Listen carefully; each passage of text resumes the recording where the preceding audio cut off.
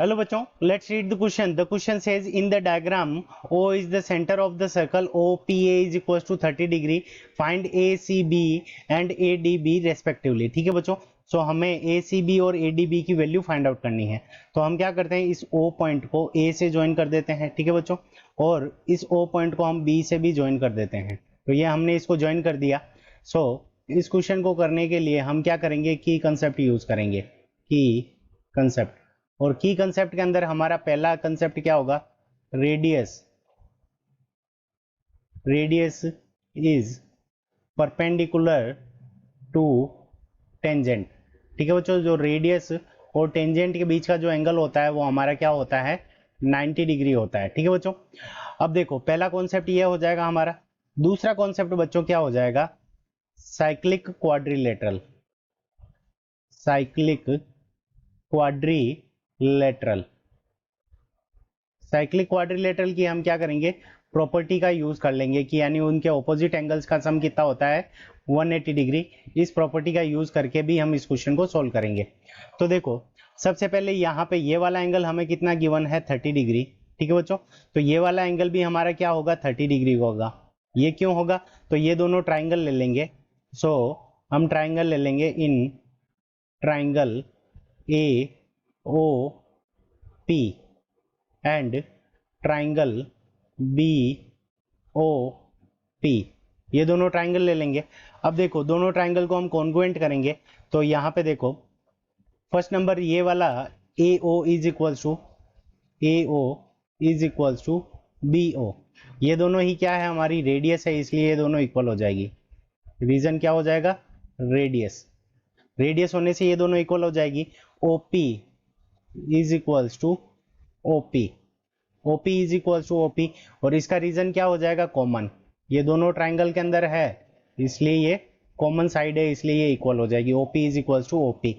अब देखो P point से टेंजेंट ड्रॉ कर रखी है AP और BP, तो ये दोनों क्या हो जाएगी, AP is equal to BP. अब सेम पॉइंट से टेंजेंट होती है तो वो इक्वल होती है, तो यहाँ पे हमारा क्या हो जाएगा, given.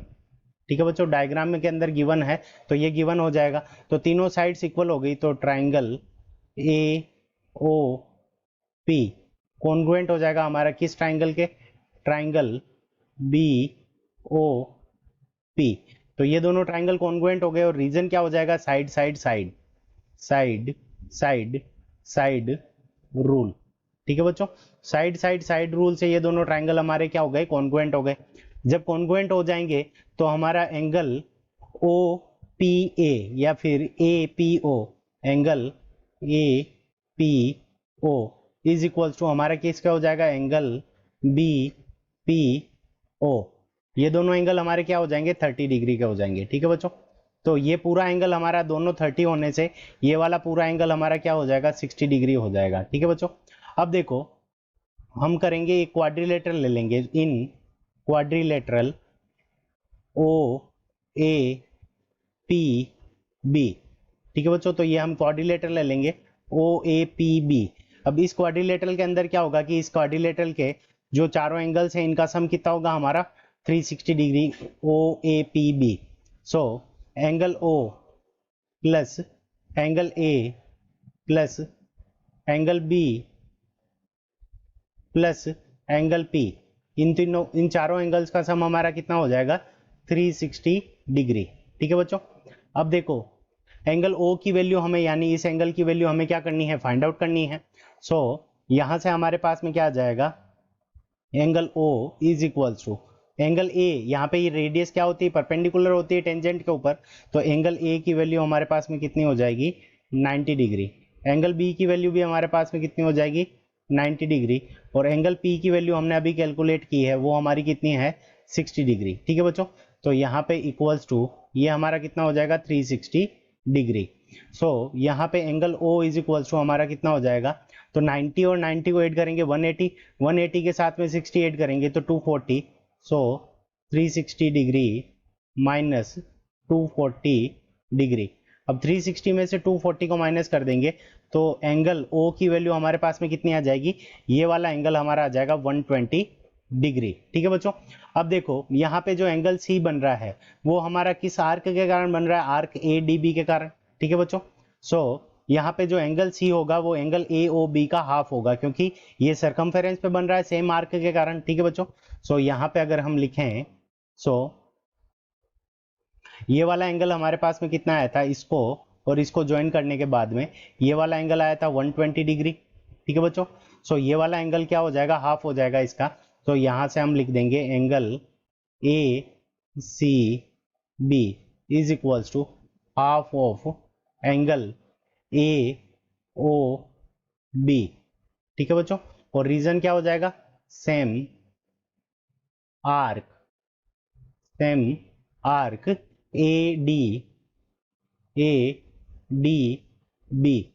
So arc A D B के कारण यहाँ पे सरकमफेरेंस पे एंगल बन रहा है और ये सेंटर पे बन रहा है, तो सरकमफेरेंस वाला इसका हाफ हो जाएगा। So angle A C B is equals to half of angle A O B की वैल्यू हमें कितनी कैलकुलेट की, 120। सो 120 का हाफ हमारा कितना हो जाएगा, 60 डिग्री। ठीक है बच्चों, तो एंगल ए सी बी की value, angle A C B is equals to हमारा कितना हो जाएगा, 60 डिग्री। तो पहले एंगल ए सी बी की वैल्यू हमने फाइंड आउट कर ली। अब इसी तरह से हम क्या करेंगे, एंगल ए डी बी की वैल्यू फाइंड आउट करेंगे।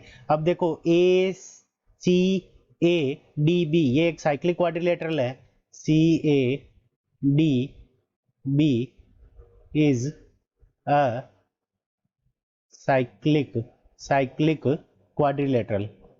सो ये क्या है, साइक्लिक क्वाड्रिलेटरल है, तो इसके ऑपोजिट एंगल का सम क्या होगा, वो 180 डिग्री होगा। Cyclic quadrilateral. ठीक है बच्चों, तो ये हमारा क्या है, एक साइक्लिक क्वाड्रिलेटरल है, और साइक्लिक क्वाड्रिलेटरल के ऑपोजिट एंगल का सम क्या होता है, 180 डिग्री होता है। तो angle A C B plus angle A D B.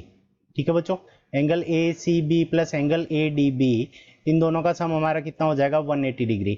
अब यहां से हम क्या कर सकते हैं, एंगल ए सी बी की वैल्यू अगर पुट कर देंगे तो angle A D B is equals to 180 degree minus 60 degree. ठीक है बच्चों, 180 में से 60 माइनस कर लेंगे तो यहाँ पे ये वाला एंगल हमारे पास में कितना आ जाएगा, 120 डिग्री। ठीक है बच्चों, और 120 डिग्री हमें कौन से, अब देखो अब दो ऑप्शन गिवन है, पहले ACB की वैल्यू गिवन है, ACB की वैल्यू 60 और ADB की वैल्यू हमारी कितनी है, 120। So option B is the correct answer of this question. I hope you understood it well. Best of luck, thank you.